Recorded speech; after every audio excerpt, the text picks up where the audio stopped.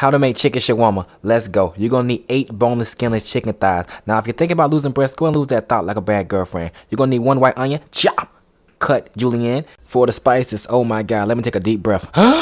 You're gonna need 1/4 tablespoon of ground cumin. You're gonna need 1/4 tablespoon of turmeric powder. You're gonna need 1/4 tablespoon of ground coriander. You're gonna need 1/4 tablespoon of garlic powder. You're gonna need 1/4 tablespoon of paprika. You're gonna need a 1/2 teaspoon of ground clove. You're gonna need 1/2 teaspoon of cayenne pepper. If you want it hot, add a little more. If you don't want it hot, don't add none at all, okay? Salt to taste. Let's get it. Add your onion and your chicken in the bowl together. Add the seasoning, a little bit of olive oil, okay? Mix it all together. Now let them chill together like a freshman just meeting his new friends at a college dorm party, okay? Let it sit together for 24 hours and marinate together. After 24 hours, you're gonna pop that thing out and lay it flat on a bed of olive oil, just like so, okay? You're gonna pop it in the oven at 375 or 370, whatever your preference. I think 350 should be best, okay? But do what you want to do. Once they come out the oven, you're going to rough chop it. And they're not finely chopped. You're going to leave it in big chunks. And you're going to ignore the burnt spot that's on this chicken, okay? This is what happens when you're doing things you have no business doing while cooking, okay? For the Mediterranean salad, all you're going to need is 1 English cucumber, 4 Roman tomatoes,